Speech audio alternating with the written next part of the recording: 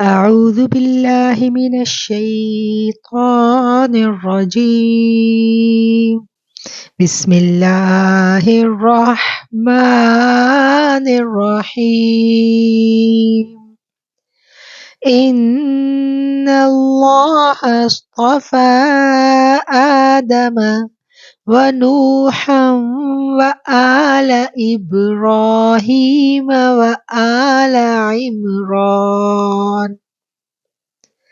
وآل عمران على العالمين ذرية بعدها من بعد والله سميع عليم صدق اللہ العظیم۔ بے شک اللہ تعالیٰ نے تمام جہان کے لوگوں میں سے آدم علیہ السلام کو اور نوح کو اور ابراہیم کے خاندان اور عمران کے خاندان کو منتخب فرما لیا۔ آج کے درس قرآن کا آغاز ہم سورہ آل عمران کی آیت نمبر 34 سے کر رہے ہیں۔ آیت نمبر 34 کی تلاوت آپ کے سامنے کی گئی۔ اللہ تعالیٰ سے اس دعا کے ساتھ ہم اس آیت کو سمجھنے کی کوشش کریں گے کہ اے اللہ ہمارے دلوں کو ایک مرتبہ ہدایت کی جانب راغب کر دینے کے بعد دوبارہ کجی اور گمراہی کی جانب مت موڑنا۔ ہمیں اور ہماری نسلوں کو، ہمارے بچوں کو قرآن کا شغف دینا، قرآن کی محبت دینا اور قرآن کا حقیقی فہم عطا فرمانا۔ آمین ثم آمین۔ رب اشرح لی صدری ویسر لی امری واحلل عقدۃ من لسانی یفقہوا قولی ربی زدنی علما ربی زدنی علما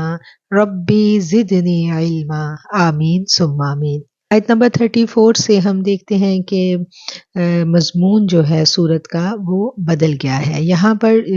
اگلی آیتوں میں حضرت عیسیٰ علیہ السلام کا قصہ بیان کیا گیا ہے، اور 34 آیت کا ہم جب ترجمے کو دوبارہ دیکھتے ہیں، اس میں اللہ تعالیٰ فرماتے ہیں کہ بے شک اللہ تعالیٰ نے چن لیا ہے، اصطفیٰ چن لیا ہے، منتخب کر لیا ہے آدم علیہ السلام کو اور نوح علیہ السلام کو اور آل ابراہیم کو، آل ابراہیم علیہ السلام اور آل عمران کو۔ کس پر چن لیا ہے؟ تمام جہان والوں پر، یعنی یہ جن انبیاء علیہ السلام کے یہاں پر نام لیے گئے، جن میں آدم علیہ السلام سب سے اوپر ہیں، پھر اس کے بعد آدم ثانی کہا جاتا ہے حضرت نوح علیہ السلام کو، اور پھر اس کے بعد سیدنا ابراہیم اور آل عمران۔ ان تمام کو اللہ تعالیٰ نے، ان تمام پیغمبروں کے، رسولوں کے نام لینے کے بعد اللہ فرما رہا ہے کہ میں نے ان سب کو تمام جہان والوں پر چن لیا ہے۔ اچھا، اس آیت کو جب ہم پڑھتے ہیں، سمجھتے ہیں، تو دل کے کہیں کسی گوشے میں یہ سوال ہمارے پیدا ہو سکتا ہے کہ یہاں پر ان لوگوں کا نام لیا گیا اور ہمارے آقا علیہ الصلوۃ والسلام کا نام نہیں لیا گیا۔ تو اس کے جواب میں مفسرین کرام لکھتے ہیں کہ قرطبی نے اس کا یہ مفہوم نقل کیا ہے کہ انہیں نعمت نبوت کے لیے سارے جہان سے چن لیا۔ اس کے بعد قرطبی لکھتے ہیں کہ حضور علیہ الصلوۃ والسلام کا مقام، درجہ بہت بلند ہے۔ آقا علیہ الصلوۃ والسلام تو حبیب ہیں اور رحمت بنا کر بھیجے گئے، دوسرے انبیاء رحمت کے لیے پیدا کیے گئے، اور سرور عالم صلی اللہ علیہ وآلہ وسلم کو سراپائے رحمت پیدا کیا گیا۔ حضور صلی اللہ علیہ وآلہ وسلم کی تشریف آوری سے خلق خدا کو امان مل گئی۔ اس لیے آقا علیہ الصلوۃ والسلام نے خود فرمایا ہے کہ میں اللہ کی طرف سے رحمت کا تحفہ ہوں، اور ہمارے آقا علیہ الصلوۃ والسلام کو تمام جہانوں کے لیے رحمت بنا کر بھیجا گیا۔ آپ رحمت للعالمین ہیں، اور یہاں ان پیغمبروں کا جو نام لیا گیا ہے، ان کے بارے میں اللہ تعالیٰ کہتا ہے کہ میں نے ان کو چن لیا ہے، اپنا پیغامبر بنانے کے لیے چن لیا ہے، دنیا کی ہدایت کے لیے چن لیا ہے، لیکن ان سب سے اوپر جن کا درجہ ہے وہ ہے نبی مکرم حضرت محمد مصطفیٰ صلی اللہ علیہ وآلہ وسلم۔ ذریۃ بعدها من بعد، اور یہ سب ایک دوسرے کی نسل سے ہیں۔ یہ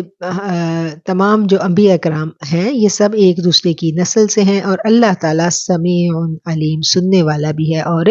جاننے والا بھی ہے۔ اللہ دلوں کے بھید بھی جانتا ہے، اور جو ہم اپنی زبانوں سے کلمات ادا کرتے ہیں اللہ ان کو بھی سن رہا ہے۔ اللہ ہمیں تو لگتا ہے کہ اللہ اوپر آسمانوں میں بیٹھا ہوا ہے اور ہماری آواز کیسے اس تک پہنچے گی، لیکن اللہ کا جو سسٹم ہے وہ بڑا زبردست، بڑا طاقتور سسٹم ہے۔ ہم زبان سے بولیں، چیخ کے بولیں یا دل ہی دل میں اس رب کو پکاریں، وہ سنتا ہے، اور وہ ہمارے پکارے جانے کی جو کیفیت ہے، ہم غم میں پکار رہے ہیں، ہم خوشی میں اپنے رب کو بلا رہے ہیں، ہم پریشانی میں اس کو پکار رہے ہیں، وہ ہماری تمام کیفیات سمیت ہماری آوازوں کو سن رہا ہے۔ وہ ہمارے دلوں کی وہ جو دل کے اندر جیسا بھی موڈ ہے، جیسی بھی سچویشن چل رہی ہے، وہ اس کے بارے میں جان رہا ہے کہ اس وقت میرا بندہ مجھے غم میں پکار رہا ہے اور اس وقت میرا بندہ مجھے خوشی میں پکار رہا ہے۔ تو رب سب کچھ جانتا ہے، اور یہ تمام لوگ جو ہیں وہ ایک دوسرے کی نسل سے ہیں۔ سب سے پہلے تو ہم دیکھتے ہیں کہ آدم علیہ السلام جو ہیں ان کو اللہ تعالیٰ نے پیدا کیا، اور تمام بنی نو انسان جو ہے نا وہ سارے کے سارے حضرت آدم علیہ السلام کی نسل سے ہیں۔ گویا یہاں یہ بات بھی ہمیں سمجھ آ جاتی ہے کہ جتنے بھی پیغمبر اللہ تعالیٰ نے بھیجے وہ تمام کے تمام بنی آدم ہی تھے، کیونکہ ابھی آگے ہم قصہ پڑھیں گے حضرت عیسیٰ علیہ السلام کا، اور حضرت عیسیٰ علیہ السلام جو ہے ان کے بارے میں کچھ غلط عقائد جو تھے وہ گردش کرتے تھے کہ وہ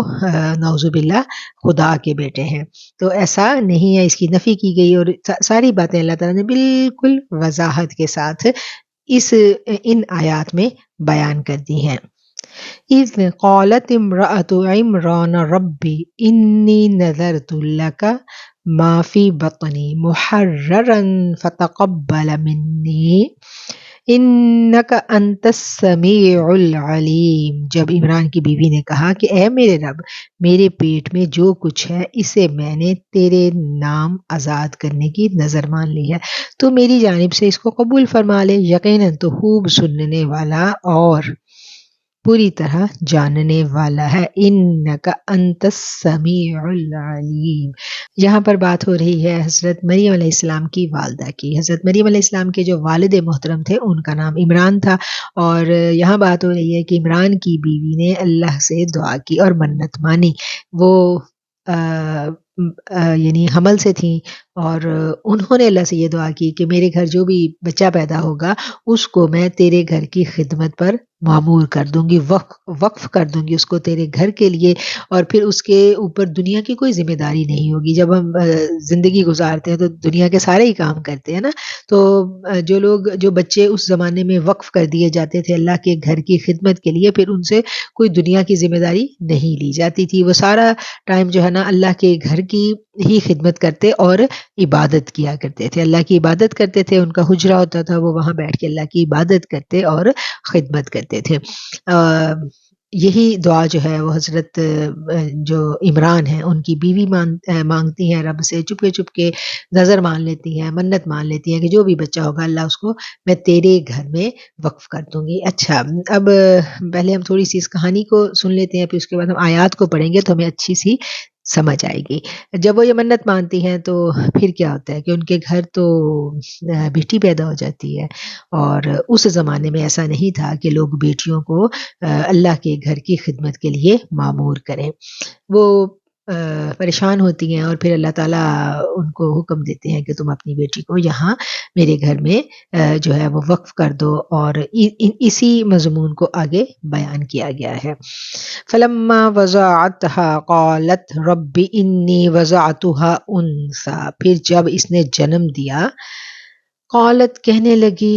اے میرے رب، بے شک میں نے جنم دیا ہے ایک بیٹی کو، واللہ اعلم بما وضعت، اور اللہ تعالیٰ تو جانتا تھا جو اس نے جنم دیا تھا، ولیس الذکر کالانثی، اور نہیں ہے لڑکا لڑکی کی مانند، وانی سمیتها مریم، اور بے شک میں نے اس کا نام رکھا مریم، وَإِنِّي أُعِيذُهَا بِكَ وَذُرِّيَّتَهَا مِنَ الشَّيْطَانِ الرَّجِيمِ، اور بے شک میں پناہ میں دیتی ہوں اس کو تیری اس کو اور اس کی اولاد کو شیطان مردود سے تیری پناہ میں دیتی ہوں۔ جب بچی کو جنا تو کہنے لگی کہ پروردگار مجھے تو لڑکی پیدا ہوئی ہے، اللہ کو خوب معلوم ہے کہ کیا اولاد ہوئی ہے اور لڑکا لڑکی جیسا نہیں ہے۔ میں نے اس کا نام مریم رکھا اور میں اسے اور اس کی اولاد کو شیطان مردود سے تیری پناہ میں دیتی ہوں۔ اچھا، یہ والی جو آیت ہے جی، آیت نمبر 36، اس کا یہ جو حصہ ہے، آخری جو حصہ ہے، اس کو بھی آپ لوگ نوٹ کر لیں، نشان لگا لیں۔ یہ ایک اور دعا ہو گئی۔ ہم سب مائیں ہیں نا، ہمیں بڑا شوق ہوتا ہے کہ ہم اپنے بچوں کے لیے اچھی اچھی دعائیں مانگیں، تو یہ اولاد کے لیے خوبصورت دعا ہے جو بی بی مریم نے مانگی اپنی اولاد کے لیے، اور قرآن نے یہ دعا ہم تک پہنچائی، اور ہمیں بھی یہ دعا اپنی اولادوں کے لیے مانگتے رہنا چاہیے۔ دعا کیا ہے کہ اللہ میں اپنی اولاد کو اور اس کی اولاد کو تیری پناہ میں دیتی ہوں شیطان مردود سے۔ انی اعیدھا، یہ دعا یہاں سے شروع ہوگی، انی اعیدھا بک وذریتھا من الشیطان الرجیم۔ اور اگر کوئی ماں یہ محسوس کرتی ہے کہ اس کے بچے کو بہت زیادہ دعاؤں کی ضرورت ہے تو اس دعا کو ہر نماز کے بعد ہم 11 مرتبہ مانگیں، اس کے معنی اور مطالب کو دل میں رکھ کے رب کے حضور دعا مانگیں کہ اللہ یہ جو بچہ میرا جس روش پر چل پڑا ہے اس کو تو ہدایت کے رستے پہ چلا اور اس کو شیطان کے حملوں سے بچا لے، آمین ثم آمین۔ تو یہ میں نے آپ سے کہا تھا نا کہ سورہ آل عمران میں بار بار دعائیں آتی ہیں، تو یہ جو جو دعائیں آتی جائیں گی ہم نے ان دعاؤں کو نوٹ کرتے جانا ہے۔ انی اعیدھا بک وذریتھا من الشیطان الرجیم، یہ دعا ہمیں زبانی ہر ماں کو آنی چاہیے۔ اور یہ دعا کس نے مانگی تھی؟ یہ حضرت مریم نے مانگی تھی، اور پھر اللہ تعالیٰ نے ان کی دعا قبول فرمائی۔ اور جب ان کے ہاں بیٹی پیدا ہوتی ہے تو اللہ تعالیٰ کہتا ہے کہ مجھے تو سب پتہ ہے کہ جو بھی پیدا ہوا ہے اللہ تو جانتا ہے، اور پھر بی بی مریم جو ہے وہ اس کے لیے دعا کرتی ہیں۔ اور پھر یہاں کہا گیا کہ ولیس الذکر کالانثی، اور نہیں ہے لڑکا مانند اس لڑکی کے، یعنی یہ جتنی برگزیدہ بچی اللہ تعالیٰ نے ان کو عطا کی تھی، کوئی بھی لڑکا اس کا مقابلہ نہیں کر سکتا تھا۔ یعنی یہ رب کی مرضی ہے، بیٹا ہو یا بیٹی، جب اس کا کرم ہونا ہے تو کسی پہ بھی ہو سکتا ہے، یہ ضروری نہیں ہے کہ کرم صرف بیٹوں پر ہی ہوتا ہے، کرم بیٹیوں پر بھی ہو جاتا ہے۔ اور اسی بات کو اللہ تعالیٰ یہاں بیان فرما رہے ہیں، فَتَقَبَّلَهَا رَبُّهَا بِقَبُولٍ حَسَنٍ وَأَنبَتَهَا نَبَاتًا حَسَنًا۔ تو قبول کر لیا اس کے رب نے ساتھ قبولیت کے، اچھی نشوونما کی، اس کی پرورش کی، اس کی پروان چڑھایا اس کو اچھا۔ وَكَفَّلَهَا زَكَرِيَّا، اور کفالت کی اس کی زکریا نے۔ كُلَّمَا دَخَلَ عَلَيْهَا زَكَرِيَّا الْمِحْرَابَ، جب کبھی داخل ہوتے زکریا محراب میں، وَجَدَ عِندَهَا رِزْقًا، تو پاتے اس کے پاس رزق، قَالَ مَرْيَمُ أَنَّىٰ لَكِ هَٰذَا، کہتے مریم یہ کہاں سے آیا تیرے پاس؟ قالت، وہ کہتی، ہوا من عند اللہ، یہ میرے رب کے پاس سے آیا ہے۔ ان اللہ یرزق من یشاء بغیر حساب، بے شک اللہ رزق دیتا ہے جس کو چاہتا ہے بغیر حساب کے۔ تو حضرت مریم علیہ السلام جو ہیں جب ان کو دے دیا گیا ادھر کفالت میں، تو زکریا علیہ السلام جو ہے ان کی کفالت میں ان کو دیا گیا۔ زکریا علیہ السلام رشتے میں ان کے خالو لگتے تھے، اور وہ اس وقت وہاں وہ جو ہیکل تھا اس کے وہ چیف آرگنائزر تھے، یعنی وہ سب سے بڑے وہاں پر سرپرست اعلیٰ تھے۔ دوسرے لفظوں میں ہم اگر سمجھنے کے لیے اس کو سمجھیں تو وہ ہیکل کے سرپرست اعلیٰ تھے، کون؟ حضرت زکریا علیہ السلام۔ اور حضرت زکریا علیہ السلام جو ہے ان کو ان کی کفالت دے دی گئی، اور حضرت مریم کے لیے ہیکل میں ایک چھوٹا سا حجرہ بنا دیا گیا، محراب اس کو کہا گیا ہے، وہاں پر وہ سارا دن اللہ کی عبادت میں مشغول رہتی۔ اور زکریا علیہ السلام جب ان کے پاس ملنے جاتے تو وہاں پر بے موسم پھل پڑے ہوتے، اور جب ان سے گفتگو کرتے، جو مفسرین اکرام ہیں وہ اس بارے میں کہتے ہیں کہ یہاں رزق سے مراد صرف پھل نہیں ہے بلکہ حضرت مریم علیہ السلام کی حکمت بھری گفتگو بھی ہے، کیونکہ وہ جب بات چیت ان سے کرتے تھے تو حضرت مریم علیہ السلام بڑی دانشمندانہ گفتگو ان سے کیا کرتی تھی۔ تو پھر انہوں نے پوچھا کہ اتنی ساری چیزیں جو ہیں آپ کو کیسے آپ کو سمجھ میں آتی ہیں، اور یہ جو فروٹ ہیں آپ کے پاس اس حجرے میں کہاں سے آتے ہیں؟ اور تب بی بی مریم نے جواب دیا کہ یہ تو میرا رب رب مجھے دیتا ہے. اب بے موسم پھل آ رہے ہیں ایک بند کمرے میں، تو یہ ایک معجزہ تھا، یہ ممکن نہیں تھا، یعنی سبب کے بغیر کرم ہو رہا تھا. تو یہی کرم ہوتا دیکھ کے حضرت زکریا علیہ السلام کے دل میں بھی ایک خیال پیدا ہوا. کیا خیال پیدا ہوا؟ اولاد کی خواہش پیدا ہوئی. وہ بوڑھے ہو چکے تھے، ضعیف تھے، اور ان کے ہاں اولاد نہیں تھی. تو وہ ان کے دل میں یہ خواہش آئی کہ اللہ اگر مریم کو اس بند حجرے میں تو بے موسم پھل دے سکتا ہے، تو کیا مجھے تو اپنی قدرت کاملہ سے اولاد نہیں دے سکتا؟ تو یہ دعا پھر انہوں نے اپنے رب سے مانگی، اور پھر اللہ تعالیٰ نے ان کی دعا قبول کی، اور اس کو قرآن میں بیان کیا گیا. ہنالک دعا زکریا ربہ، اس جگہ پکارا، دعا مانگی زکریا علیہ السلام نے اپنے رب سے. قال، کہا، ربی، اے میرے رب، حب لی من لدنک ذریۃ طیبہ انک سمیع الدعاء، اے میرے رب عطا کر مجھے اپنے پاس سے ایک پاکیزہ اولاد، بے شک تو دعاؤں کو سننے والا ہے. اچھا، اب یہاں پھر ایک اور دعا آ گئی، اس کو بھی آپ نوٹ کر لیجئے. جن لوگوں کو اولاد کی خواہش ہوتی ہے اور وہ کنسیو نہیں کر رہے، تو اس کے لیے یہ دعا جو ہے یہ ہمیں مانگنی چاہیے. یہ قرآنی دعا ہے. قرآن کے الفاظ کو ہم جب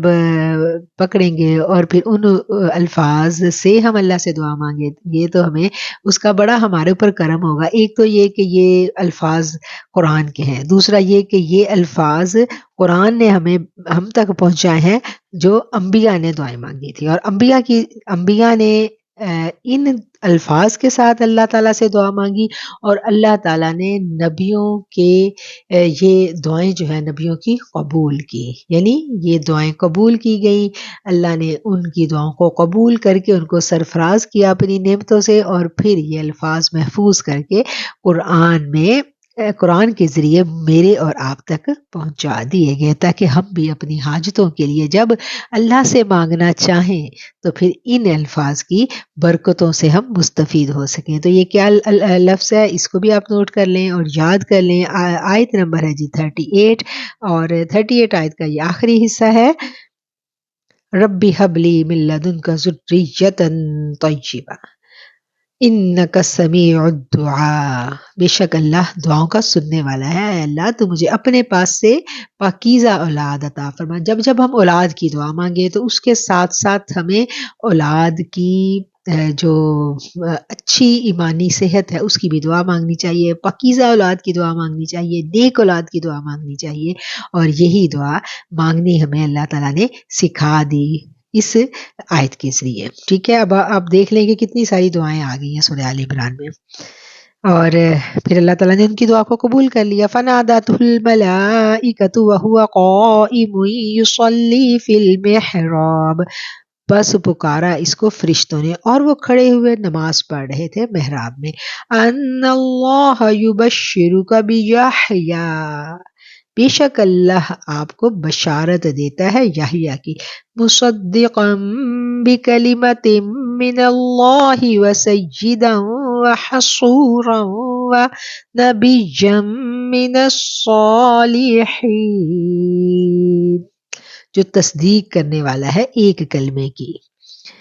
اللہ کی طرف سے، اور وسیدم وحصورا، اور سردار اور پاک باز، ونبیًا، اور نبی، من الصالحین، نیک لوگوں میں سے.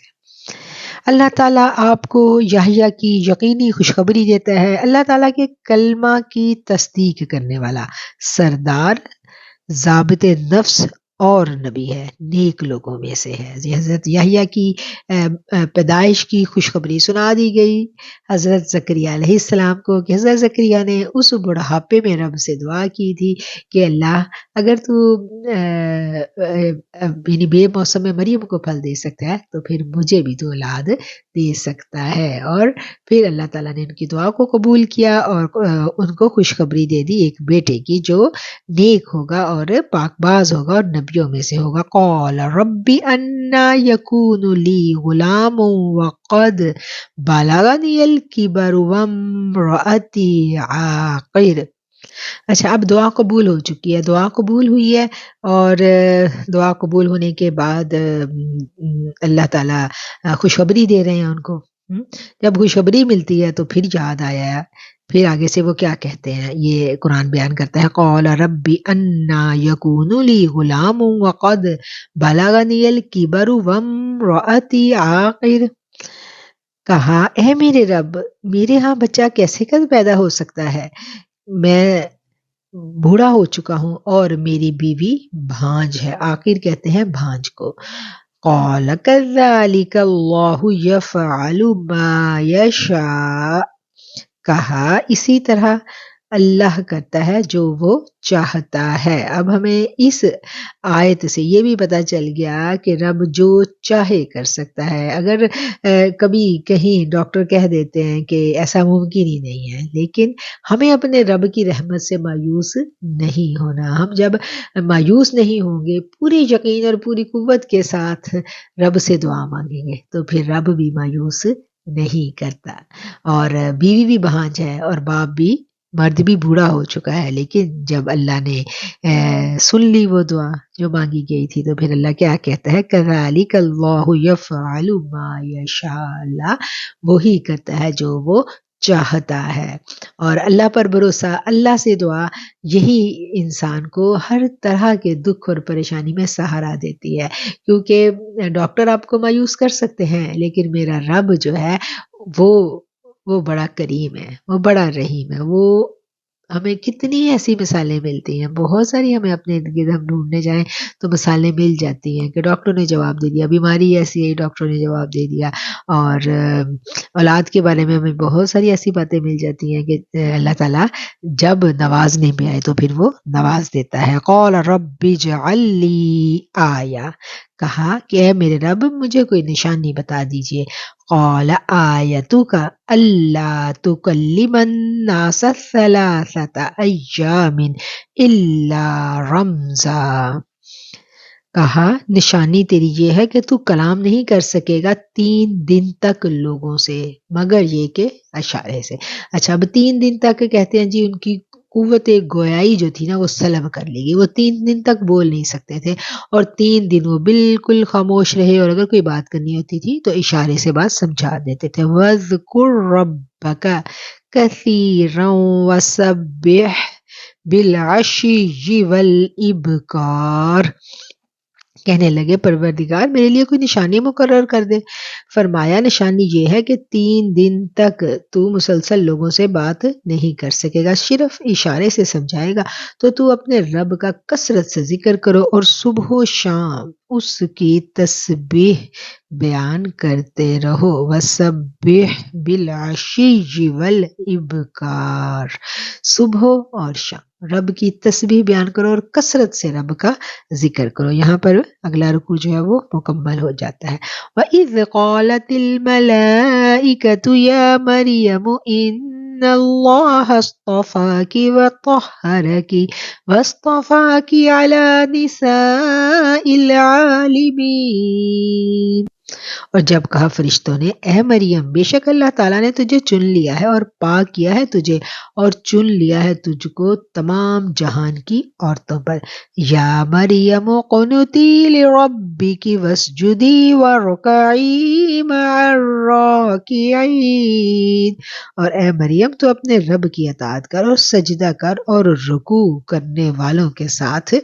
رکوع کر۔ ذَلِكَ مِنْ أَنْبَاءِ الْغَيْبِ نُوحِيهِ إِلَيْكَ، یہ غیب کی خبروں میں سے ہے جسے ہم آپ کی طرف وحی کر کے پہنچاتے ہیں۔ یہ اللہ تعالیٰ نبی کریم صلی اللہ علیہ وسلم سے مخاطب ہیں۔ اب ان کو اللہ تعالیٰ نبی کریم صلی اللہ علیہ وسلم کو یہ قصہ سنا رہے ہیں نا حضرت مریم کا، اور پھر اللہ ان سے کہہ رہے ہیں کہ یہ ساری خبریں غیب کی ہیں جو ہم آپ کو بتا رہے ہیں۔ وَمَا كُنْتَ لَدَيْهِمْ إِذْ يُلْقُونَ أَقْلَامَهُمْ أَيُّهُمْ يَكْفُلُ مَرْيَمَ وَمَا كُنْتَ لَدَيْهِمْ إِذْ يَخْتَصِمُونَ، تو آپ ان کے پاس نہیں تھے جب وہ اپنے قلم ڈال رہے تھے کہ مریم کو ان میں سے کون پالے گا، اور نہ ہی آپ ان کے جھگڑنے کے وقت ان کے پاس تھے۔ اللہ تعالیٰ نبی اکرم صلی اللہ علیہ وسلم کو مخاطب کر کے اب وہ پورے کی پوری جو منظر کشی ہے وہ کی جا رہی ہے کہ جب مریم علیہ السلام کو کی کفالت کا وقت آیا تو وہ جو وہاں کے اور بھی لوگ ہوں گے نا، اور کہاں بھی ہوں گے وہاں پر موجود، تو ہر کوئی چاہ رہا ہوگا کہ اس برگزیدہ بچی کی، یہ بڑی مبارک بچی، ان کو سمجھ تو آ گئی نا، تو وہ یہ چاہ رہے ہوں گے کہ وہ اس بچی کی کفالت کریں، یعنی ہر ایک جو کہن ہے وہ یہ خواہش رکھ رہا ہوگا اور اس بارے میں جھگڑ رہے ہوں گے کہ ہم اس بچی کی کفالت کریں۔ اور ایسے میں پھر انہوں نے اپنی کلمے ڈالی، جو کہا گیا کو قرآن اندازی کا طریقہ کار اختیار کیا ہوگا انہوں نے، اور پھر وہ قرہ جو ہے وہ حضرت زکریا علیہ السلام کے لیے نکلا، اور اللہ تعالیٰ اس پوری کی پوری منظر کشی کو آقا علیہ الصلوۃ والسلام کے سامنے بیان کر رہے ہیں، اور کہہ رہے ہیں آپ وہاں نہیں تھے، لیکن یہ خبریں ہیں غیب کی جو ہم آپ کو بتا رہے ہیں۔ اذ قالت الملائکۃ یا مریم ان اللہ یبشرک بکلمۃ منہ، جب کہا فرشتوں نے اے مریم بے شک اللہ تعالیٰ خوشخبری دیتا ہے ایک کلمے کی اپنی طرف سے، منہ اسمہ المسیح عیسی بن مریم وجیہا فی الدنیا والآخرۃ من المقربین۔ جب فرشتوں نے کہا اے مریم اللہ تعالیٰ تجھے ایک کلمے کی خوشخبری دیتا ہے جس کا نام مسیح عیسیٰ بن مریم ہے، جو دنیا اور آخرت میں وہ لوگوں سے اپنے گہوارے میں باتیں کرے گا اور ادھیڑ عمر میں بھی، اور وہ نیک لوگوں میں سے ہوگا، من الصالحین نیکوکاروں میں سے ہوگا۔ اب یہ جو بچہ حضرت مریم کو اللہ تعالیٰ دینے جا رہے ہیں اس کی خوبیاں حضرت مریم کو بتائی جا رہی ہیں کہ وہ ایک غیر معمولی بچہ ہوگا، خوبصورت بھی ہوگا، اللہ کا مقرب بھی ہوگا، دنیا میں بھی نیک ہوگا، آخرت میں بھی اللہ کے تقرب میں جائے گا، اور اس کی سب سے بڑی بات یہ ہے کہ وہ گود میں بات کرے گا۔ اور پھر اگلی جو بات ہے یہ بھی بڑی غور طلب ہے، وَكَهْلًا، کہل میں نے آپ کو بتایا کہ بڑی عمر میں، بڑی عمر سے مراد کیا ہے کہ 40 ایئر سے ابو۔ اچھا اب جب ہم اس آیت کو دیکھتے ہیں اور حضرت عیسیٰ علیہ السلام کی حیات مبارکہ کو دیکھتے ہیں تو ہمیں پتہ چلتا ہے کہ حضرت عیسیٰ تو 30s میں تھے جب وہ دنیا سے اٹھا لیے گئے، وہ صرف 30 سال تقریباً دنیا میں رہے ہیں، اور یہاں بات ہو رہی ہے کہ 40s میں وہ بات کریں گے ہیں، تو اس کا کیا مطلب ہے؟ 40 سال کے ہوئے ہی نہیں ہیں اور کہا جا رہا ہے کہ وہ بات کریں گے، تو اس کا مطلب جو مفسرین کرام لکھتے ہیں وہ یہ ہے کہ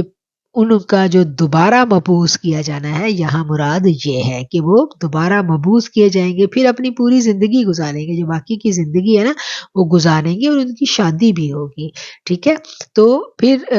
یہاں بتانا یہ مقصود ہے، ورنہ بڑے ہو کے تو ہر کوئی بات کرتا ہی ہے نا، بچپن میں بات کرنا عجیب بات ہے نا، تو بڑے ہو کے تو ہر کوئی بات کرتا ہے، تو اس وکہلن کو جو مینشن کیا گیا اس کی تفسیر میں علماء کرام نے یوں لکھا ہے،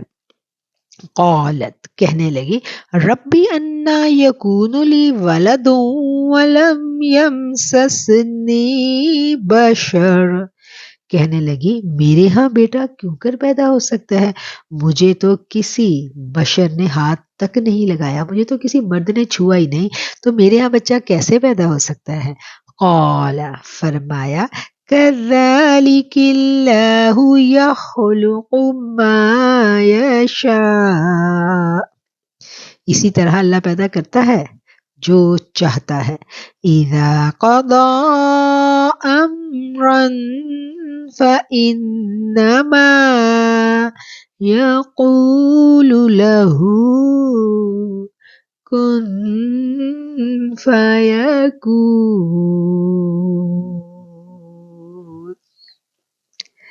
اور جب وہ فیصلہ کر لیتا ہے کسی کام کے ہو جانے کا تو بے شک وہ کہتا ہے ہو جا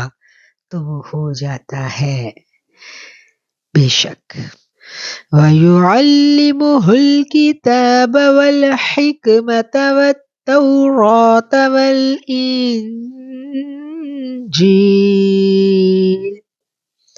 وَيُعَلِّمُهُ الْكِتَابَ، وَيُعَلِّمُهُ الْكِتَابَ اور وہ تعلیم دے گا، وہ سکھلائے گا کتاب کو، والحکمت اور حکمت، والتورات اور تورات اور انجیل، ورسولا الی بنی اسرائیل، وہ رسول ہوگا بنی اسرائیل کی طرف، انی قد جئتکم بآیت من ربکم، بے شک میں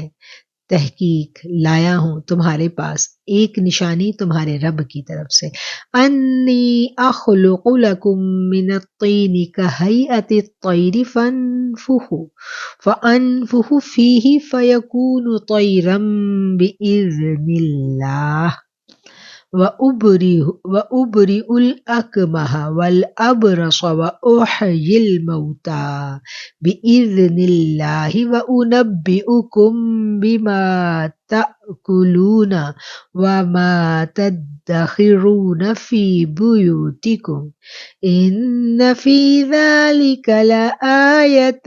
لَكُمْ إِن كُنتُم مؤمنین، اور وہ نبی بنی اسرائیل کی طرف رسول ہوگا کہ میں تمہارے پاس تمہارے رب کی نشانی لایا ہوں، میں تمہارے لیے پرندے کی شکل کی طرح مٹی کا پرندہ بناتا ہوں، پھر اس میں پھونک مارتا ہوں تو وہ اللہ کے حکم سے پرندہ بن جاتا ہے، اور اللہ تعالیٰ کے حکم سے میں مادرزاد اندھے کو اور کوڑھی کو اچھا کر دیتا ہوں اور مردوں کو زندہ کرتا ہوں، اور جو کچھ تم کھاؤ اور جو اپنے گھروں میں ذخیرہ کرو میں تمہیں بتلا دیتا ہوں، اس میں تمہارے لیے بڑی نشانی ہے اگر تم ایمان لانے والے ہو۔ یہاں اس آیت میں جو بتایا گیا وَرَسُولًا إِلَىٰ بَنِي إِسْرَائِیل، تو یہ اس حقیقت کی طرف اشارہ ہے کہ حضرت مسیح علیہ السلام کو صرف بنی اسرائیل کی طرف ہی رسول بنا کر بھیجا گیا تھا۔ قرآن حکیم کے اس فرمان کی تصدیق خود انجیل کی متعدد آیات میں ہوتی ہے۔ ان 12 کو یسوع نے بھیجا اور ان کو حکم دے کر کہا کہ غیر قوموں کی طرف مت جانا اور سامریوں کے کسی شہر میں مت داخل ہونا، بلکہ اسرائیل کے گھرانے کی کھوئی ہوئی بھیڑوں کے پاس جانا اور چلتے چلتے یہ منادی کرنا کہ آسمان کی بادشاہی نزدیک آ گئی ہے۔ حضرت عیسیٰ علیہ السلام کی جو ولادت ہے وہ بھی ایک معجزہ تھا، ایک غیر معروف طریقے سے، وہ یعنی عام جس طرح ایک بچہ پیدا ہوتا ہے وہ اس طرح پیدا نہیں ہوئے تھے۔ حضرت عیسیٰ کا اور حضرت مریم کا قصہ جو ہے وہ ڈیٹیل کے ساتھ سورہ مریم میں بھی آئے گا، اور سورہ مریم کی جو آیات ہیں وہ مکی دور میں نازل ہو چکی ہیں۔ یہ سورت جو ہے آل عمران یہ مدینہ شریف میں نازل ہوئی ہے، اور یہ مضمون اس سے پہلے سورہ مریم میں اللہ تعالیٰ مکی دور میں بیان کر چکے ہیں، اور وہ آیات جب نازل ہوتی ہیں اس کے بعد ہجرت حبشہ ہوتی ہے، اور ہجرت حبشہ کے موقع پر جب مسلمان صحابی جا کے نجاشی کے درمیان میں اپنا تعارف پیش کرتے ہیں تو وہ سورہ مریم کی آیات تلاوت کرتے ہیں، اور ان آیات کی تلاوت سن کر جو بادشاہ تھا اس نے کہا تھا نا کہ یہ بالکل سچ کہہ رہے ہیں۔ تو عیسائیت کی جو صحیح عقائد ہیں وہ قرآن کریم نے کھول کھول کر بیان کر دیے۔ وہ سورہ مریم میں بھی ہم آگے پڑھیں گے ان کے بارے میں ڈیٹیل، اور یہاں پر بھی ان کی تفصیلات جو ہیں وہ ہم پڑھ رہے ہیں کہ اللہ تعالیٰ نے حضرت مسیح کو بھیجا تھا بنی اسرائیل کی طرف، اور حضرت مسیح نے کیا کہا تھا کہ میں بنی اسرائیل کی جو بھٹکی ہوئی بھیڑیں ہیں، گمی ہوئی بھیڑیں ہیں، میں ان کو اکٹھا کرنے آیا ہوں۔ آپ کا جو میسج تھا وہ صرف بنی اسرائیل کے لیے تھا، اور اس کے علاوہ آپ کے بارے میں کہا گیا کہ آپ تعلیم دیتے تھے اور حکمت سکھاتے تھے تورات کی اور انجیل کی۔ اچھا، تورات اور انجیل جو ہے نا، اس کے یہ جو ابھی پچھلی آیت میں ذکر آیا ہے اس کے بارے میں بھی ہمیں پتہ ہونا چاہیے کہ یہ دونوں کتابیں جو نازل ہوئی ہیں یہ چونکہ ایک ہی یہ تسلسل سے آ رہے تھے انبیاء،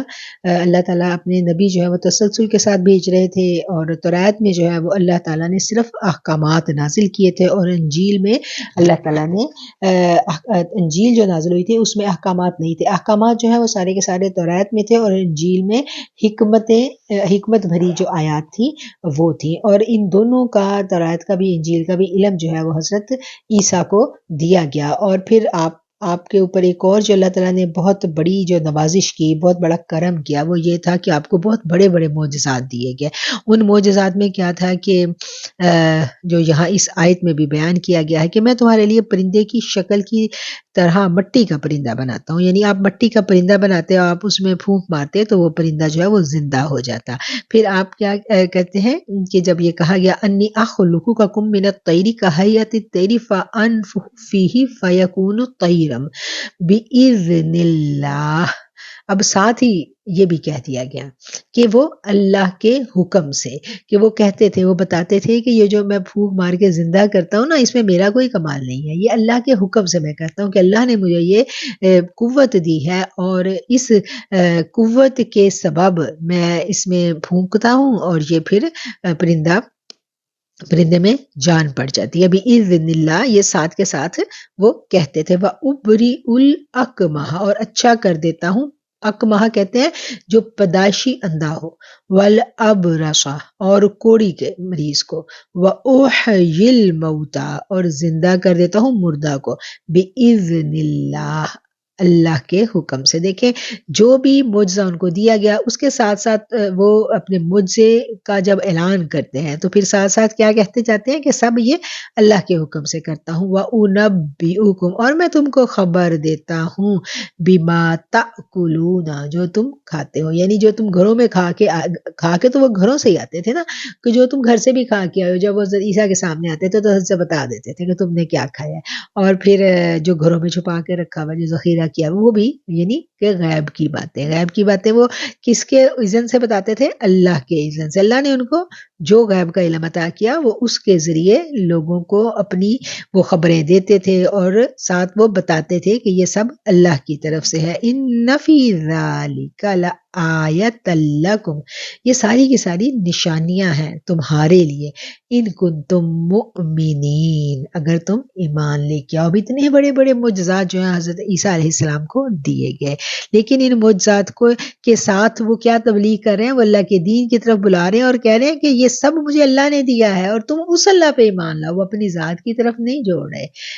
کس کے ساتھ جوڑ رہے ہیں؟ رب کے ساتھ جوڑ رہے ہیں۔ اور یہاں پر ایک اور بڑا اہم نکتہ ہے جو ہمیں سمجھنا ہے کہ اگر نبیوں کو تو معجزے عطا ہوتے تھے اور آج اولیاء کرام کو کرامتیں عطا ہوتی ہیں، ٹھیک ہے، اور کرامت جو ہے یہ آج بھی ہوتی ہے۔ کرامت کسی کے اپنے ذاتی اختیار کی چیز نہیں ہے۔ اگر کسی اللہ کے ولی کو اللہ نے کوئی کرامت عطا کی ہے، جیسے بہت سارے ولی آج بھی ایسے اللہ کے دوست موجود ہیں نا، کہ جن کے پاس لا علاج مریض لے کے جائے جاتے ہیں اور وہ شفا پا لیتے ہیں، تو یہ اس ولی کی ذاتی کرامت نہیں ہوتی، یہ اللہ کی عطا ہوتی ہے۔ جس طرح حضرت عیسیٰ کو اللہ نے جو عطا کیا، حضرت عیسیٰ اس کا اعلان کرتے تھے اور کہتے جاتے تھے، اس طرح جو سچا اور حق پر ولی ہوگا وہ یہ کہے گا کہ یہ سب اللہ کے حکم سے ہو رہا ہے اور سب اللہ کی طرف سے ہے، اور جو شعبدہ باز ہوگا وہ اپنی کرامت جو ہے نا اس کا ڈھول پیٹے گا، ٹھیک ہے۔ جو اپنی ذات کی طرف کسی کرامت کو منسوب کرتا ہے وہ سچا نہیں ہے، وہ حق پر نہیں ہے۔ کرامت جو ہے نا یہ کسی بھی ولی کے اپنے اختیار میں نہیں ہوتی، یہ ولی سے سرزد ہوتی ہے، یہ اللہ کی عطا ہوتی ہے، اس پہ یہ اللہ کی طرف سے ہوتی ہے، اور ولی کو اس بات کا پتہ ہوتا ہے کہ یہ اللہ کی طرف سے ہے، اور وہ ہمیشہ جب وہ کسی کا علاج بھی کرتا ہے، کسی کو دم بھی کرتا ہے، کسی کے لیے دعا بھی کرتا ہے، تو وہ بتاتا ہے کہ یہ میرے رب کی طرف سے ہے، بِإِذْنِ اللہ، یہ میرے رب کی طرف سے ہے۔ تو جیسے حضرت مسیح علیہ السلام نے کہا اور قرآن نے یہ قانون جو ہے یہ رہتی دنیا تک بتا دیا، اس لیے اگر ہمیں اپنے معاشرے میں کہیں ارد گرد ایسے شعبدہ باد نظر آئیں جو کرامتوں کو اپنی ذات سے منسوب کریں تو ہمیں ان سے بچ کر رہنا ہے، کیونکہ یہ قرآن کا اصول ہے کہ سب اللہ کی طرف سے ہے، کسی ذات کے پاس یہ اختیار نہیں ہے، اور اگر کسی کو اللہ نے دیا تو وہ اس کا اعلان کرتا ہے، وہ بتاتا ہے کہ یہ اللہ کی طرف سے ہے۔ ومصدقا لما بين يدي من التوراة ولأحل لكم بعض الذي حرم عليكم وجئتكم بآية من ربكم فاتقوا الله وأطيعون۔ اور میں تورات کی تصدیق کرنے والا ہوں جو میرے سامنے ہے، اور میں اس لیے آیا ہوں کہ تم پر بعض وہ چیزیں حلال کر دوں جو تم پر حرام کر دی گئی تھی، اور میں تمہارے پاس رب کی نشانی لایا ہوں، میں اس لیے تم اللہ تعالیٰ سے ڈرو اور میری فرما برداری اختیار کرو۔ فاتقوا اللہ، اور تم ڈرو اللہ سے، وَأَطِيعُونَ، اور اطاعت کرو میری۔ اب دیکھیں کہ اطاعت میری کرنی ہے لیکن ڈرنا رب سے ہے، کیونکہ یہ جو میری اطاعت بھی کرنی ہے یہ رب کے ڈر کی وجہ سے کرنی ہے۔ پھر وہی والا باریک نقطہ آ گیا، وہی پہچان آ گئی کہ جو بھی ہمارا رہبر اور رہنما ہوگا ہر دور میں، ہر دور میں آپ دیکھیں نا کہ کوئی نہ کوئی اللہ تعالیٰ کے نیک برگزیدہ بندے ہوتے ہیں۔ پرانے زمانے میں نبی ہوتے تھے اور آج اللہ کے ولی ہوتے ہیں، تو جو آپ کو کوئی ولی اپنی ذات میں الجھائے تو سمجھ لیں کہ وہ ولی ٹھیک نہیں ہے۔ ولی کیا کرتا ہے؟ ولی پل بناتا ہے اور وہ اس پل پر سے گزار کے آپ کو رب کے حضور لے جاتا ہے۔ حقیقی اور سچے ولی کی یہی پہچان ہے جو ہمیں قرآن سے ملتی ہے۔ وَمُصَدِّقًا لِّمَا بَيْنَ يَدَيَّ، اور میں تصدیق کرنے والا ہوں اپنے سے پہلی آئی ہوئی کتاب تورات کی، تاکہ میں حلال کر دوں تمہارے لیے بعض وہ چیزیں جو پہلے حرام کی گئی تھیں۔ اچھا، ان کے ہاں یہ تھا کہ بہت ساری جو ایکسٹرا پابندیاں ان کے علماء نے خود ہی ان کے اوپر لگا دی ہوئی تھی، جیسے اگزامپل یہ کہ سبت کا دن ہے، ہفتے کے دن کا قانون تھا نا، تو اس دن میں اللہ تعالیٰ نے کہا تھا کہ تم لوگوں نے کوئی دنیا کا کام نہیں کرنا، میری عبادت کرنی ہے، تو اس کو انہوں نے اتنا بڑھا چڑھا لیا کہ اگر کوئی انسان کی بھلائی کا بھی کوئی کام ہے تو وہ اس کو بھی نہیں کرتے تھے۔ مثلا اگر کوئی مریض ہے تو وہ اس کی بھی تیمارداری کرنی چھوڑ دیتے تھے کہ نہیں یہ بھی ہم نے نہیں کرنی کیونکہ یہ بھی دنیا کا کام ہے۔ تو کیا ہے کہ اپنی طرف سے ہی انہوں نے کچھ اللہ کی جو حدیں ہیں ان کو اس طرح توڑ مروڑ کے بڑھا لیا تھا، یعنی کہ دین کی اصلی شکل میں بگاڑ پیدا ہو گیا تھا، جس کی اصلاح کے لیے پھر اللہ تعالیٰ نے حضرت عیسیٰ علیہ السلام کو بھیجا، اور حضرت عیسیٰ علیہ السلام جو ہے وہ اس کی اصلاح پر انہوں نے کام کیا، اور اسی بات کا اشارہ جو ہے وہ یہاں اس آیت میں کیا گیا ہے۔ ان اللہ ربی و ربکم، بے شک میرا رب وہی ہے، و ربکم جو تمہارا رب ہے، فاعبدوہ بس تم عبادت کرو اس کی، ھذا صراط مستقیم، اور یہی سیدھا رستہ ہے۔ فلما احس عیسیٰ منہم الکفر قال من انصاری الی اللہ قال الحواریون نحن انصار اللہ آمنا باللہ واشہد بأننا مسلمون۔ اور جب حضرت عیسیٰ علیہ السلام نے ان کا کفر محسوس کر لیا تو کہنے لگے اللہ تعالیٰ کی راہ میں میری مدد کرنے والا کون کون ہے؟ حواریوں نے جواب دیا ہم اللہ کی راہ میں آپ کے مددگار ہیں، ہم اللہ تعالیٰ پر ایمان لاتے ہیں اور آپ گواہ رہیے کہ ہم تابعدار ہیں۔ ربنا آمنا بما انزلت واتبعنا الرسول فاکتبنا مع الشاہدین۔ یہ آیت ہے جی 53 نمبر آیت، اور یہ ایک اور دعائیہ کلمات آگئے، یہ ایک اور انداز میں اللہ تعالیٰ نے ہمیں دعا مانگنی سکھائی۔ کیا الفاظ ہیں کہ اے رب ہمارے، اے معبود ہمارے، ہم ایمان لے آئے،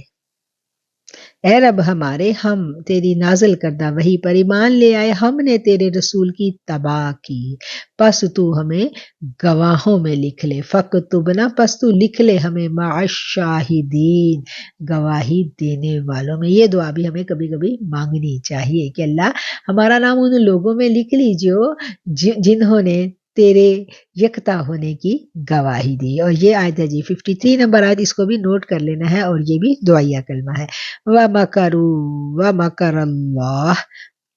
وَاللَّهُ خَيْرُ الْمَاكِرِينَ، اور کافروں نے مکر کیا۔ اللہ تعالیٰ نے بھی خفیہ تدبیر کی اور اللہ تعالیٰ سب خفیہ تدبیر کرنے والوں سے بہتر ہے۔ واللہ خیر الماکرین، اور اللہ تعالیٰ خفیہ تدبیر کرنے والوں میں سب سے بہتر ہے۔ اچھا، یہاں اس آیت کی جب ہم تفسیر دیکھتے ہیں تو یہ اشارہ ہے اس حالات و واقعات کی طرف جب حضرت مسیح علیہ السلام کو قتل کرنے کی مکارانہ سازش جو تھی یہودیوں نے کی تھی، اور اللہ تعالیٰ نے ان کی اس سازش کو ناکام بنا دیا۔ جو انہوں نے خفیہ تدبیریں کی تھی تو اللہ کہتا ہے جو میں نے پھر خفیہ تدبیر کی وہ سب سے بہترین تھی۔ کیسے کہ انہوں نے آپ کو قتل کرنے کا نعوذ باللہ منصوبہ بنایا، اور اللہ تعالیٰ نے آپ کو صحیح اور سالم جو ہے وہ آسمانوں پر اٹھا لیا۔ اور واللہ، اور اللہ بہترین تدبیر کرنے والا ہے۔ ماکرین کا مطلب ہوتا ہے خفیہ تدبیر، اور اللہ خفیہ تدبیر کرنے والا ہے۔ یہ آیت ہے جی 54 نمبر آیت، اور یہاں الحمدللہ ہمارا ثلاثہ سپارہ مکمل ہو جاتا ہے۔ اب ہم نے جو پڑھا ہم ایک دفعہ اس کو ریوائز کر لیتے ہیں۔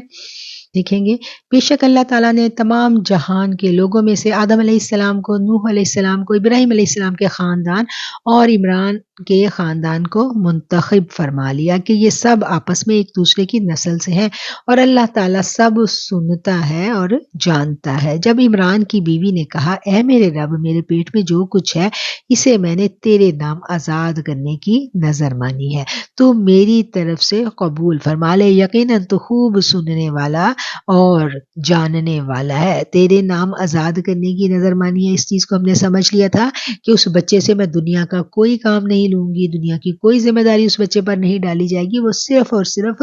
اللہ کے کاموں کے لیے وقف ہوگا، اللہ کی عبادت کے لیے اور اللہ کے گھر کی خدمت کے لیے اس بچے کو میں وقف کر دوں گی۔ یہ ان کی والدہ نے منت مانی تھی۔